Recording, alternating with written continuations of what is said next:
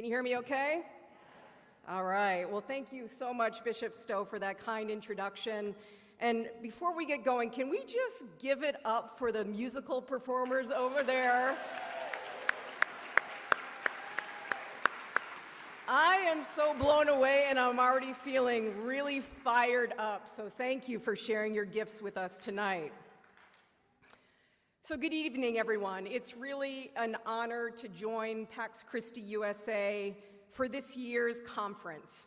I have been blessed to be part of Pax Christi and a contributor to the Catholic Nonviolence Initiative, and was thrilled to be in Rome last fall for the inauguration of the new Catholic Institute for Nonviolence.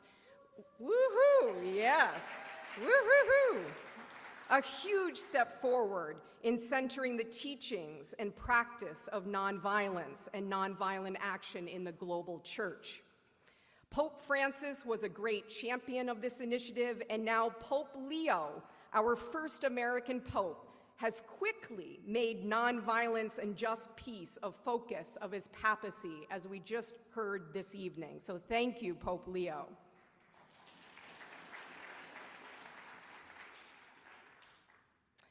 Now, Pope Leo's very first bishop appointment in the US, Michael Pham of San Diego, who fled Vietnam as a 13-year-old refugee in 1980, was recently part of an interreligious clergy delegation that entered a federal building in San Diego last month with 2 immigration hearings underway. There were masked ICE agents in the hallway preparing to detain the immigrants after the hearing. Then something remarkable happened. Pham said that when the agents saw the faith leaders, they scattered. It was like the parting of the Red Sea.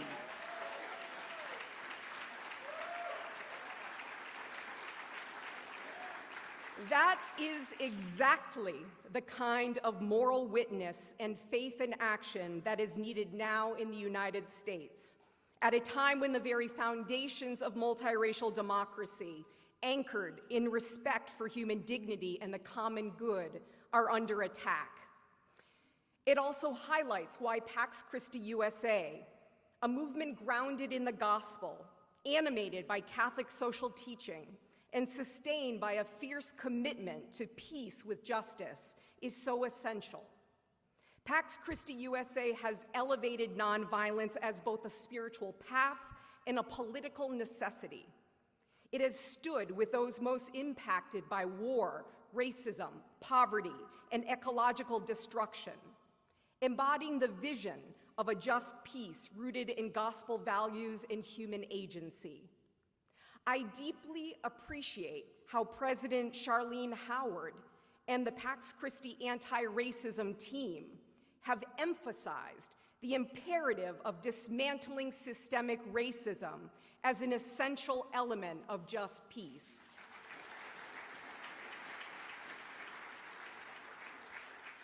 We gather at this time in Detroit under the banner of a powerful and timely theme: reclaiming the power of nonviolence in a broken world. And let's be honest, our world is deeply broken. From Gaza to Ukraine, from Sudan to Haiti, from rural America to the streets of LA, we are witnessing unimaginable suffering, displacement, and violence. In the United States, we are confronting a crisis of democracy, marked by greed and a tyrannical lust for power, by racial injustice, ecological and political violence, and deep spiritual disconnection. It is easy to feel overwhelmed and tempting to turn inward, to despair, or to disengage. But I am here tonight to testify to this truth. Nonviolence is not only a moral stance or a principled way of life, it is a strategic force. It is how ordinary people across history and geography have resisted tyranny, reclaimed their dignity, and built more just, inclusive, and peaceful societies. And it is how we, together, can respond to the brokenness of our time. Now, the late and great Bishop Gumbleton of Detroit said, I quote, "Nonviolence is not passivity. It is active resistance to evil, rooted in love." Jesus modeled revolutionary nonviolence. He confronted empire, exclusion, and violence not with the sword, but with solidarity, with truth-telling, and with active non-cooperation with injustice. Think about the healing on the Sabbath, associating with outcasts, and flipping the tables in the temple. And he did all this with healing and with love. I've spent the past 25 years or so working with and writing about movements around the world that have fought for rights, freedoms, democracy, and peace using nonviolent resistance, or the wielding of collective power through nonviolent tactics like protests, boycotts, strikes, and other forms of non-cooperation. Now, I'm going to be talking a lot tonight about non-cooperation and its relevance to nonviolent resistance. But one of my earliest personal experiences with non-cooperation, or what I like to call strategic stubbornness, involved growing up as a Catholic kid in southern Vermont. I couldn't fathom that women were somehow unqualified to be priests.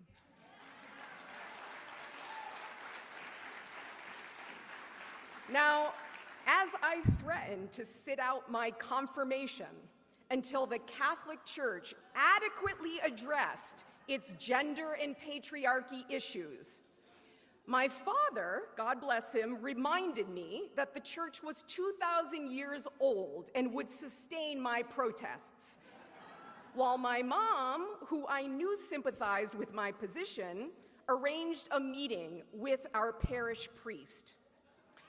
Now, I ended up getting confirmed not because Father Quinn won me over with theological arguments, but because he was a fervent Red Sox fan, and so was I.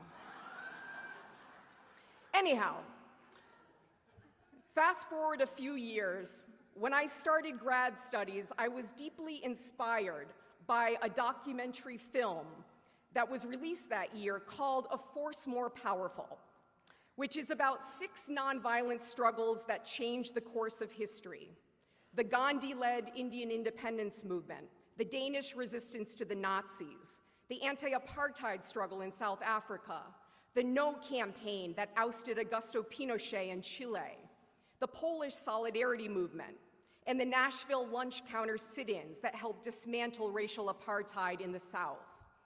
In all of these cases, unarmed people resisted tyranny and prevailed in some of the most difficult contexts imaginable.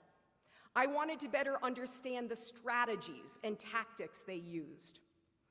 My dissertation studied the first Palestinian Intifada, a mass popular uprising against the Israeli occupation of the West Bank, Gaza Strip, and East Jerusalem that began in late '87 and was led by Palestinians living inside the occupied territories. The uprising featured marches, walkouts, boycotts, strikes, the building of underground schools and clinics, and dozens of other nonviolent tactics involving every part of Palestinian society. Women, notably, played critical leadership roles as messengers, organizers, and aid providers, roles that are highlighted in a great film called Naila and the Uprising, which is a film by Just Vision. Palestinians were joined by Israeli Jews in protesting the occupation, and it was one of the only times that the US refrained from using its veto power at the UN to protect Israel. The first 18 months of the first Intifada were an incredibly powerful period of Palestinian self-determination struggle. Now, I know how much the US-backed genocide in Gaza and the continued violent occupation of Palestine is weighing on all of our hearts. And I'm grateful that we'll be hearing from Jonathan Kutub tomorrow. Pax Christi has been a tireless proponent of just peace in the Holy Land. In these dark times, I feel deeply that nonviolent resistance to the occupation inside Palestine, inside Israel, inside the US and internationally remains the best and the only way to transform the conflict. Groups inside Palestine and Israel committed to nonviolent struggle, like Standing Together, an organization made up of Jewish and Palestinian citizens of Israel committed to nonviolently resisting the occupation, Youth Against Settlements, Sabeel, Holy Land Trust, Rabbis for Human Rights, and the Parent Circle Families Forum, along with international groups like Pax Christi, the US Campaign for Palestinian Rights, Christians for Free Palestine, Nonviolence International, Jewish Voices for Peace, If Not Now, and Teruah, the Rabbinic Call for Human Rights. These organizations and all of us hold the keys to a just peace in the Holy Land. I hope and I pray that Pope Leo and Catholic leaders will continue to support those like the bereaved families who have courageously embraced dialogue and healing in Israel and Palestine. And I hope that they will support those who are non-violently resisting occupation and the religious nationalism fueling it, that will continue to bring untold pain, suffering, and violence until it ends. When Erica Chenoweth and I joined forces in 2009 to study a century's worth of armed and nonviolent resistance campaigns with major goals like challenging dictatorships and military occupations, the prevailing wisdom was that nonviolent resistance maybe could work, but only in certain cases, like in democracies or when the structural conditions were just right. So instead, we found that not only did the campaigns that relied primarily on nonviolent tactics of protests, boycotts, strikes, and the like, not only did these campaigns succeed twice as often as the armed campaigns. So they succeeded 52% of the time compared to about 26% of the time. Not only that, but structural factors like a country's GDP or the size and power of its military or the government's willingness to use brutal genocidal violence did not dictate the outcomes.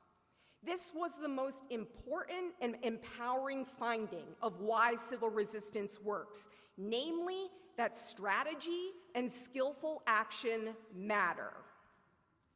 Now, while there is no blueprint for victory, and these conflicts are way too complex for that, successful campaigns featured a few key attributes. First, they built and sustained mass participation, involving a broad range of communities and constituencies. Mass movements with large numbers of students, workers, farmers, merchants, faith groups, and security forces engaged in active defiance are hard to repress. You may have heard of the so-called 3.5% rule, based on this research, which holds that no regime has remained in power when 3.5% of the population has engaged in active protest. That's the 3.5% rule. Now, reaching that level of participation requires good old-fashioned organizing. It requires meeting people where they're at and finding common cause with people you may fundamentally disagree with and even dislike. It highlights the importance of forming broad alliances across sectors and ideologies, the strongest bulwark against authoritarianism. During the Civil Rights Movement, our greatest pro-democracy movement, faith networks like the Southern Christian Leadership Conference joined forces with student groups like SNCC, labor unions like the UAW and the Teamsters, and legal groups like the NAACP to dismantle racial authoritarianism in the South. More recently, successful movements against far-right regimes in Poland and Brazil featured a broad front involving businesses, faith organizations, civic and political groups from the left, center, and center-right who joined forces to take power back from autocratic regimes. Successful movements draw on a wide repertoire of tactics. They use tactics of protest and persuasion, like marches, demonstrations, symbolic actions, plus more muscular tactics of non-cooperation, like strikes, boycotts, walkouts, and civil disobedience, and the building of alternatives, like mutual aid, underground schools and clinics, alternative communications networks. More tactics mean more opportunities to get new people involved, more ways to create leverage over oppressive regimes, and more ways to generate and sustain momentum, and momentum is key. Now, successful movements prompt loyalty shifts and defections within key pillars upholding authoritarian regimes, including religious organizations, businesses, bureaucracies, unions, security forces, and others. These pillars of support are like columns holding up a Greek temple. When cracks within these pillars emerge and the pillars no longer hold, autocrats lose their grip on power. Now, the great nonviolent action scholar Gene Sharp poignantly described the power of noncompliance within pillars. He talked about strategic stubbornness in this way, and I quote, "By themselves, rulers cannot collect taxes, enforce repressive laws and regulations, keep trains running on time, prepare national budgets, direct traffic, manage ports, print money, repair roads, train the police and army, issue postage stamps, or even milk a cow. People provide these services to the ruler through a variety of organizations and institutions. If people would stop providing these skills, the ruler could not rule."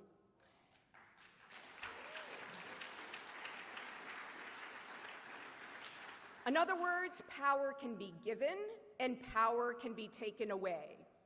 All of us in this room are embedded in these pillars through our faith communities, through our schools, through our workplaces, professional associations, and community groups, giving us huge power and leverage. Now, defections occur when workers restrict or deny their labor, when faith communities stop allowing their religion to be manipulated by autocrats, when civil servants refuse to carry out illegal policies, when businesses apply financial pressure, security forces refuse to obey orders to repress protesters. Getting these loyalty shifts and defections requires intentional strategies for reaching out to members of these pillars and, when necessary, putting pressure on them. The most successful campaigns during the civil rights movement, including the bus boycotts and lunch counter sit-ins, were non-cooperation campaigns that intentionally targeted white-owned businesses and civic institutions that were propping up racial authoritarianism. They went after the enablers of oppression and were highly successful. Today, we need to apply the same strategic logic and focus on the organizations and institutions, including businesses and faith organizations, locally and nationally, that are enabling MAGA authoritarianism and white Christian nationalism.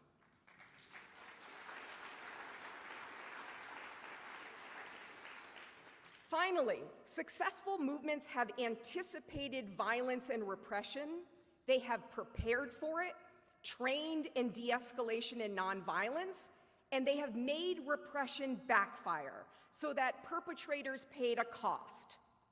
Like this past March in the tiny town of Sackett's Harbor, New York, when ICE agents arrested and detained 3 immigrant kids and their mom, the town rose up. Over 1,000 school kids, teachers, and neighbors marched through the town demanding their release. Their action went viral, and their kids and mom were released. Or you may have heard of Sarah Inama, a teacher in Idaho who was told to take down a sign in her classroom that read, "Everyone is welcome here." She refused to take down the sign. In response, local businesses printed thousands of t-shirts expressing support for her action. Kids began chalking the sidewalks with welcoming messages, and the story went viral. Because after all, courage is contagious.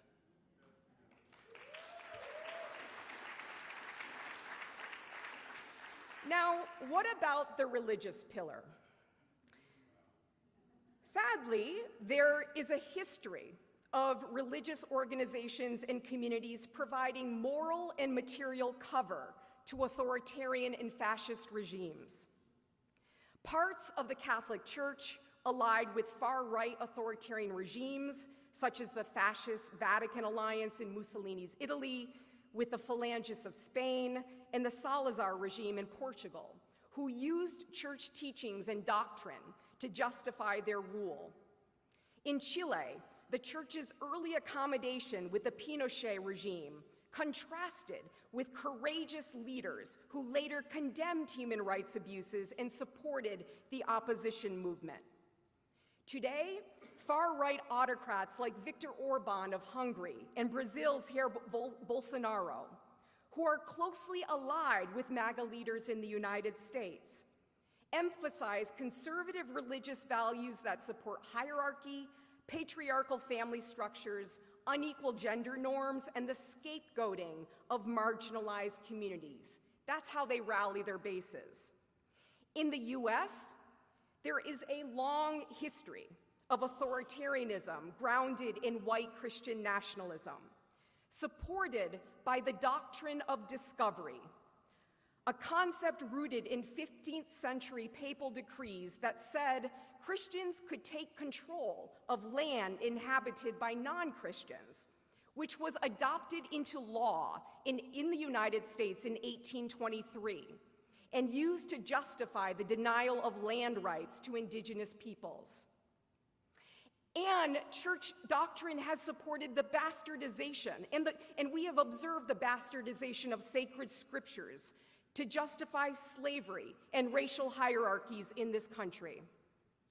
During the 1930s, Father Charles Coughlin, a Catholic priest, infamously used national media platforms to rally support for fascism and anti-Semitism as part of the America First movement.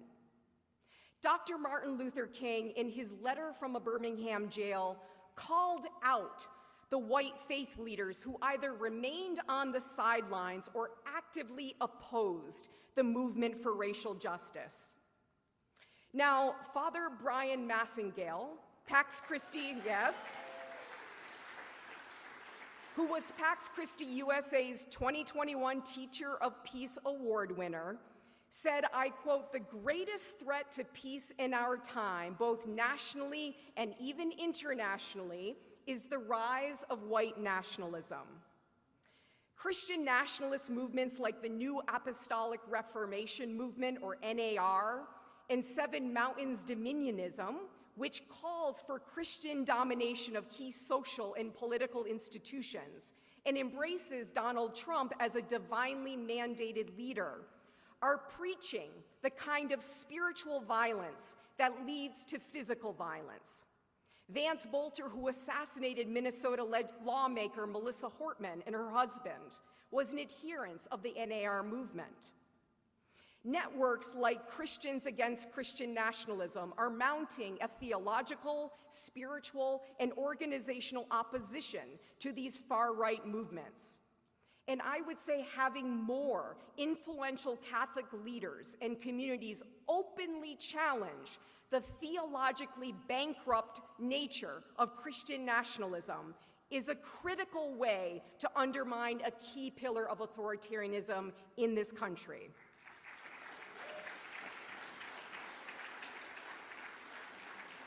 Now, while it's true that religion has been a tool of authoritarianism globally, faith institutions and communities have also been the life force of so many freedom movements. According to scholars at the U.S. Institute of Peace, religion has played a prominent role in over 50% of major nonviolent campaigns globally from 1945 to 2013. Religious beliefs, symbols, structures, and frames have expanded participation in movements, fostered mobilization, enhanced unity, strengthened nonviolent discipline, and mitigated repression. Faith actors have many superpowers, from moral protest and persuasion, to organization and training, to mutual aid and sanctuary, to leveraging symbols and rituals, to building bridges, to organized non-cooperation. Faith communities can tap into spiritual power and offer a hopeful, divinely inspired vision of what we are fighting for and not just what we are fighting against. Now, what has faith in action looked like? First, faith leaders have used their moral authority and prophetic voice to speak truth to power. I was with a group of faith leaders in Maryland the day after Episcopal Bishop Marion Budde used the power of the pulpit to call on the president to have mercy on those living in fear, especially immigrants and members of the LGBTQ community. She immediately began to receive death threats. This particular convening of Christian leaders began planning solidarity actions, including public statements, sermons, and pray-ins in support of her action, along with a commitment to continue to accompany vulnerable populations under attack. That is faith in action. Meanwhile, Reverend William Barber has reminded us that kings are only kings if we bow down before them.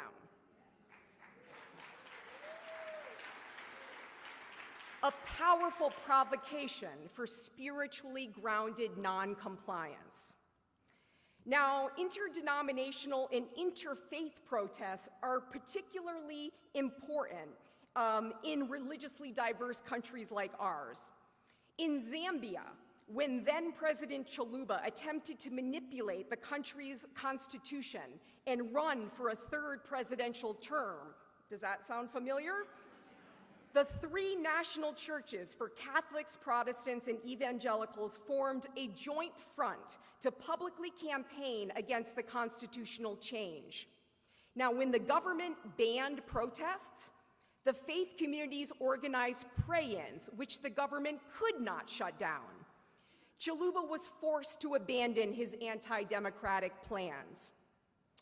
In Brazil, more than 150 Catholic bishops signed a letter in 2020 denouncing the Bolsonaro administration's actions as approaching totalitarianism. Religious groups publicly criticized his theocratic messaging and his demonization of women and minority communities, which likely persuaded voters, religious voters, to abandon him in the 2022 election, won by the opposition leader. Now, when Bolsonaro attempted to stay in power through a coup in 2023, the Conference of Bishops strongly denounced the action and defended democracy. So, speaking truth to power. Second superpower that faith leaders have. Religious networks have critical infrastructure for organizing, training, and communicating with large audiences.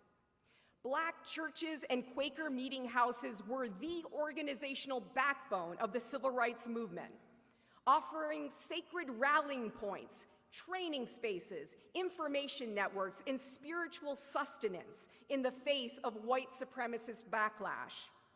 In the Philippines, churches across the country hosted trainings in nonviolent resistance offered by the International Fellowship of Reconciliation.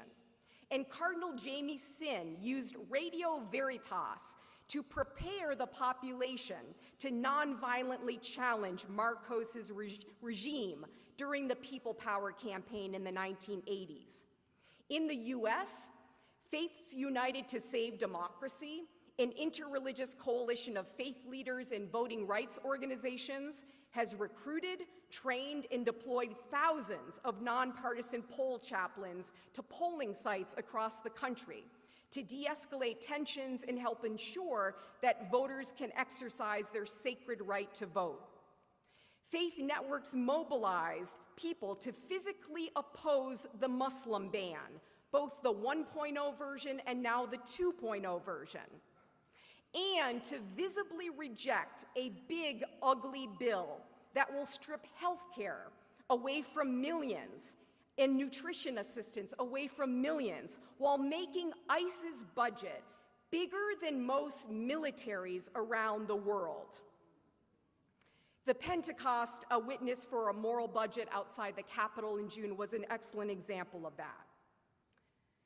Religious symbols, rituals, and music, like we've benefited from tonight, have built a sense of unity, solidarity, and hope in the face of fear and division.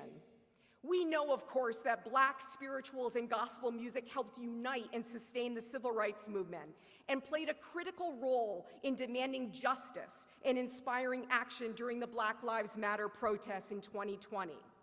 Now, I particularly love the new songbook that was published by the Kairos Center called Songs to the Key of Resistance, that celebrates in our music that has been inspiring for so many decades our movements in this country. So Songs to the Key of Resistance. Another example, in Hong Kong, during the Umbrella Movement challenging China's autocratic encroachment, protesters arrived at the demonstrations with Bibles in hand, sang hymns like Sing Hallelujah to the Lord at demonstrations, and youth groups held prayer circles calling for peace and a redemption of the police. Fourth superpower. Faith communities have provided resources, mutual aid, and sanctuary to mitigate repression targeting vulnerable groups. In Nicaragua, Catholic bishops, including the exiled Bishop Rolando Jose Alvarez, have offered sanctuary and protection to youth protesting the Ortega regime. In the US, interfaith coalitions have organized Know Your Rights campaigns and emergency response networks to resist the violent, abusive tactics of ICE agents. They have organized de-escalation trainings for protesters and rallies and processions, as Bishop Mark Whites did in the streets of El Paso, where he was joined by Pax Christi USA Bishop President John Stowe, along with other Catholic leaders. In their guide, A Matter of Survival, the Kairos Center recommends Rethinking Church. The guide shows how religious groups can use their existing resources, such as transportation, physical gathering spaces, and institutional legitimacy, to generate creative forms of religious community building and to meet unmet needs. And I imagine Pax Christi members in this room, online, and around the country are doing many of these things already. Fifth superpower. Faith communities have played key roles as bridge builders and mediators. In the lead up to the 2020 election, the National Association of Evangelicals and the National African American Clergy Network played a key role in bringing together the Chamber of Commerce and the American Federation of Labor, AFL-CIO, to demand free and fair elections and to count every vote. That broad front effort played an important role in resisting the January 6th insurrection and coup attempt. In the United States, where congregations and parishes can be very ideologically diverse, faith leaders can help shift the focus away from red versus blue or Democrat versus Republican, and instead focus on shared principles of human dignity, agency, and the common good. And they can speak plainly when those principles come under attack. Now, a great example of bridging includes the Mormon Women for Ethical Government, or MWEG, which has brought women together across political and partisan divides, including through quilt-ins, to demand that legislators protect the tenets of constitutional democracy. Also, the Undivided Initiative has brought racially and politically diverse evangelical communities together to educate about systemic racism and to encourage anti-racist action. Hari Hahn, who is a political scientist at Johns Hopkins, has written an excellent book about this initiative called Undivided, which could be helpful for Catholic anti-racism work as well. Sixth, and something that I'd like to center tonight, faith communities have actively refused to cooperate with repressive regimes. Dietrich Bonhoeffer wrote, "We are not to simply bandage the wounds of victims beneath the wheels of injustice. We are to drive a spoke into the wheel itself."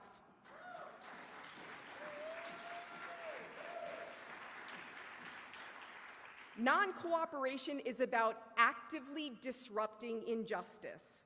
It involves refusing to cooperate or comply with requests, demands, or orders by individuals, institutions, or governments. It is typically the most powerful class of nonviolent methods because it involves directly removing a repressive regime's sources of social, political, and economic power.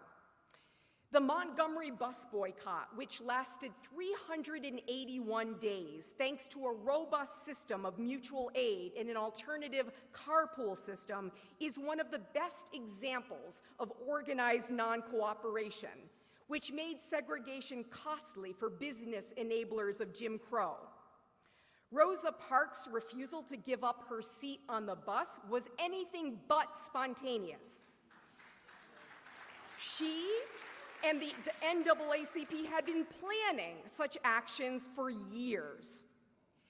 Now, the Montgomery bus boycott campaign inspired Lech Walesa, a Polish trade unionist who led campaigns of organized non-cooperation against communist dictatorship, starting with a strike in Gdansk led by shipyard workers and backed powerfully by the Catholic Church, from Pope John Paul II all the way down to parish priests and nuns.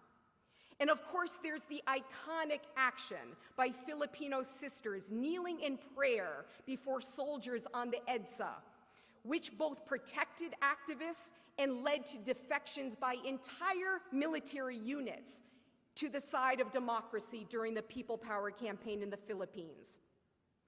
In the 1970s, Quakers used canoes and kayaks to disrupt US weapons shipments to the Pakistani government, which was waging a genocidal campaign against Bengali speakers in East Pakistan.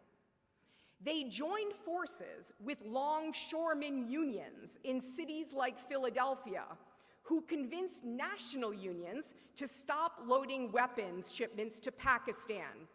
Those actions helped end US support for genocide.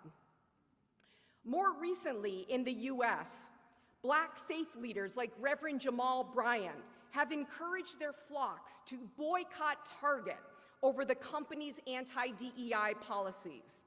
It began with a Lenten fast and expanded in scope. The boycott, which has cost the company billions of dollars, has been coupled with a boycott of Black-owned businesses.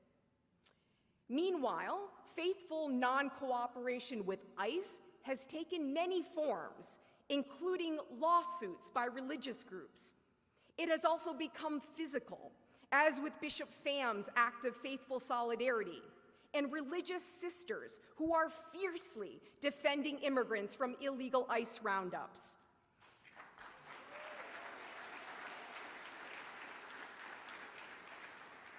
Interfaith delegations in places like Newark, New Jersey, have locked arms and blockaded ICE detention facilities.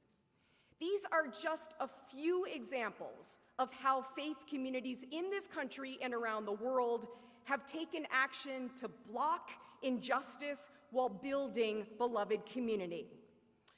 Now, what does this all mean for our current moment in the United States? We are in a moment of authoritarian breakthrough, a short window in which a would-be authoritarian regime attempts to rapidly consolidate power, eliminate institutional restraints on their power, and operate with impunity. Today, most of the institutional guardrails designed to mitigate tyranny, like political parties, Congress, the Supreme Court, have been either neutralized or are actively supporting the autocrat's agenda. Media outlets, universities, and law firms have capitulated under the executive's pressure, with Stephen Colbert being the latest target. Masked ICE agents resembling a modern-day Gestapo are abducting and disappearing undocumented immigrants and legal citizens alike, sending them off to foreign gulags. Their strategy is fear-based divide and rule, and trying to make us feel powerless to change things. Now, some statistics here. Researchers have found that once backsliding occurs and democratic norms and institutions are eroded, it's often fatal to democracy. In 96 episodes of democratic backsliding, 68% broke down into authoritarian rule. But it's not all bad news. Over the last 3 decades, over 54% of those democratic breakdown cases resulted in U-turns to go back, and the countries went back in the direction of democracy. The key factor in turning things around: civil resistance from multiple institutions such as faith actors, labor, business, and the legal communities. To put a finer point on this, looking at 35 cases of democratic backsliding over the past 30 years, scholars Jonathan Pinckney and Claire Trilling found that the probability of stopping democratic backsliding was 7.5% without a civil resistance movement. With a civil resistance movement, it's 51.7%, so a significant difference. Now, my main message tonight is that we need to do everything in our power to tap into the legacy of nonviolence and nonviolent resistance in this country and around the world to build the most powerful movement of movements to stop authoritarianism in its tracks while reconstructing a democracy of, by, and for the people, all the people in our country. We need to build bridges across divides and welcome new people into our movements, including those who may have voted for Trump. We need to actively disrupt the machinery of repression through organized non-cooperation and build alternative systems grounded in community care and a belief in human dignity and the common good, core principles of Catholic social teaching. Now, contrary to the doom and gloom you may have been hearing, the resistance is alive and well in the United States.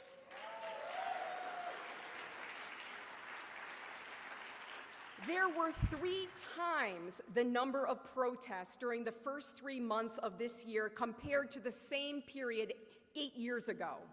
And they are spread out all across the country, as this graph by the Crowd Counting Consortium shows. The No Kings national rallies on June 14th brought out over 5 million people, including in some of the reddest part of the country. And the Good Trouble Lives On, was anyone part of the Good Trouble Lives On rallies, brought out hundreds of thousands of more people. Non-cooperation campaigns are starting to take root. The Tesla takedown boycott over Elon Musk's role in Doge's dismantling of the federal government has made that company toxic while plummeting shareholder value at an unprecedented speed. The Target campaign has significant momentum. Now, you may know that communities across the country have begun to target Avelo Commercial Airlines, which is now the carrier for ICE deportation flights. That's right. As part of the Stop Avello campaign, immigrant rights groups, students, faith groups, retirees, and others in places like New Haven, Connecticut, got their city council to cut subsidies to the airline, a huge victory, and this is spreading across the country. Avello is already facing a desperate financial situation, and this campaign is inspiring faithful action across the country.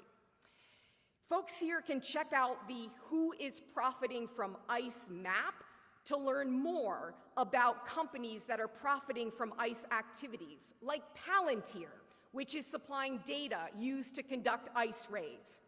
And consider with this information how you and the groups you belong to, including your organization's retirement and pension funds, could be used to push companies to behave justly. Now, preventing authoritarian consolidation and building a more beautiful and abundant alternative will take the broadest democratic front possible. We need to strengthen the kind of relational organizing that allows us to come together across difference, while winning people over with a positive vision for the America that has never been but must be, to quote Langston Hughes. There is a place for everyone in the movement, for the agitators and the protesters who block injustices, for the weavers and the mediators who bridge divides and strengthen our movements, for the visionaries and healers who build an alternative society and world. There is something for everyone to do at this moment. And you don't need to do everything, only one or two things. Some ideas. If you are part of a Catholic parish or organization, consider hosting dialogues, political education, teach-ins, and trainings related to authoritarianism and strategic nonviolent action. The Franciscan Action Network and Pax Bene sponsored 2 webinars on non-cooperation and the top 10 most strategic nonviolent actions people can take now. You can find both of those webinars on YouTube. If you are a young person or a member of the Pax Christi Young Adult Caucus, any in this room? Yes, of course they're in this room. If you are a young person, commit to building communities of care and courage and lean into energetic, joyful defiance. We need your energy, your humor, and your natural aversion to tyranny in this moment.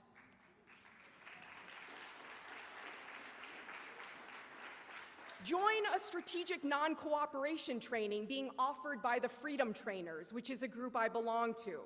That includes the 1 Million Rising training series being organized by the No Kings Coalition. The next session is on July 30th. If you go to the Freedom Trainers website, you can find out more about the 1 Million Rising and along with upcoming non-cooperation trainings in places like Chicago, Tennessee, and other locations. Or you can build the skills and strategies for making violence and repression backfire through the Harnessing Our Power to End Political Violence, or HOPE, training program.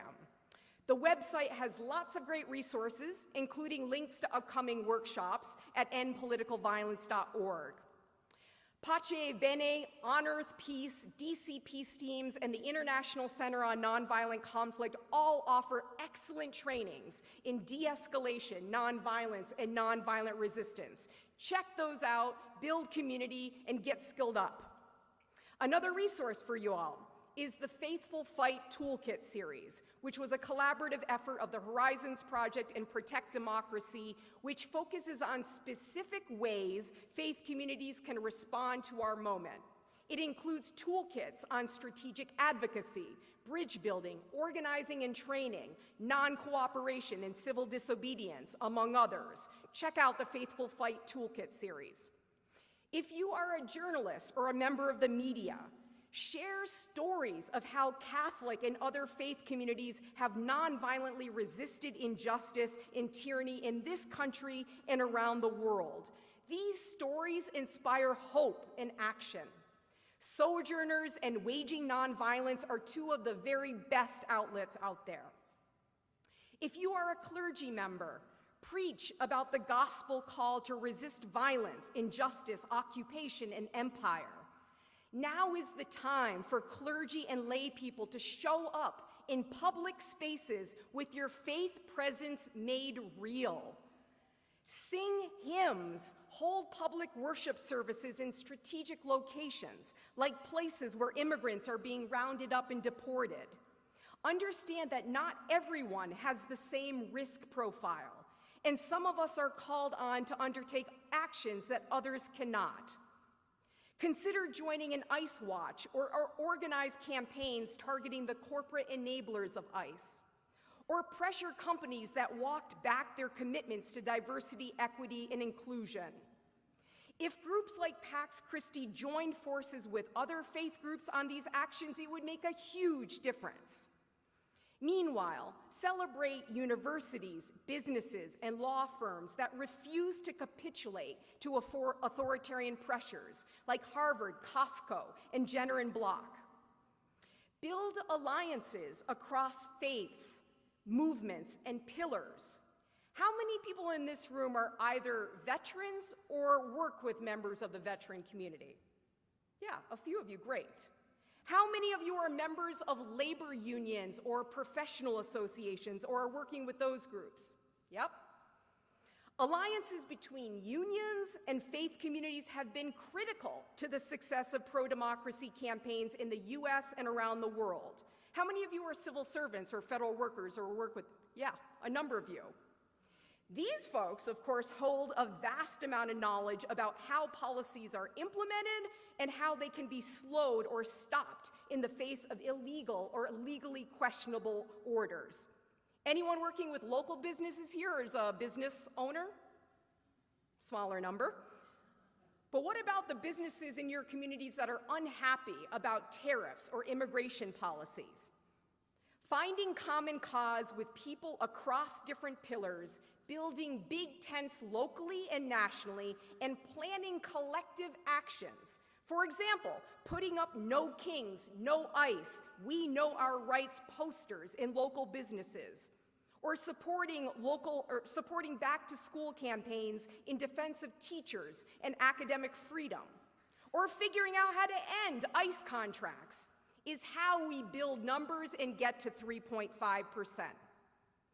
Now is the time to double down on support for the Catholic Nonviolence Initiative, which is about advancing nonviolence not only as a foundational gospel ethic, but as a powerful method for transforming unjust systems and building a more peaceful world. And you can go to the Catholic Institute for Nonviolence website to learn more. Finally, practice nonviolence in your relationships and in your organizing.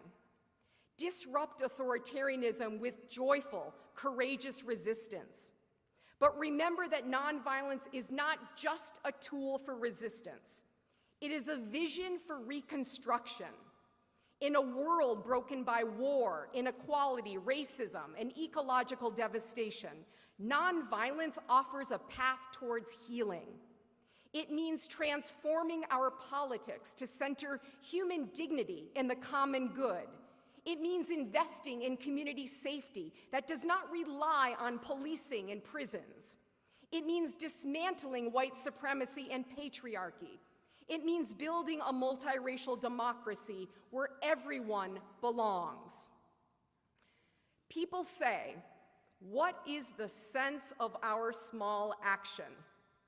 They cannot see that we must lay one brick at a time, take one step at a time. Thank you, Dorothy Day, for reminding us of the slow, painstaking work of nonviolent transformation. Thank you to Pax Christi USA for being such a consistent and dedicated force for nonviolence and just peace. Thank you to my parents, Marianne and Phil, my brother Peter, and my many prayer warriors, Sister Helen, Sister Anne, and the Sophia sisters, for being such stalwart sources of love and unwavering support in my life.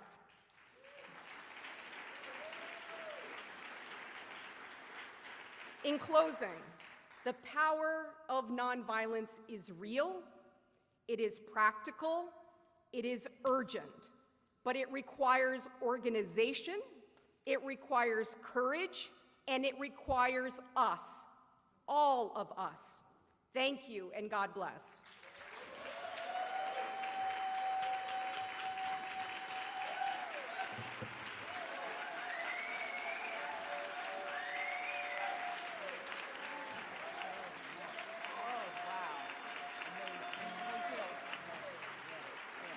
Should I stay up or should I? No, well, just for a second.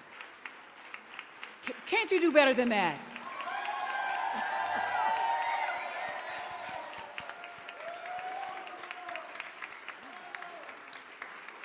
Maria, as you can see, words fail to thank you for so much that you have brought to us.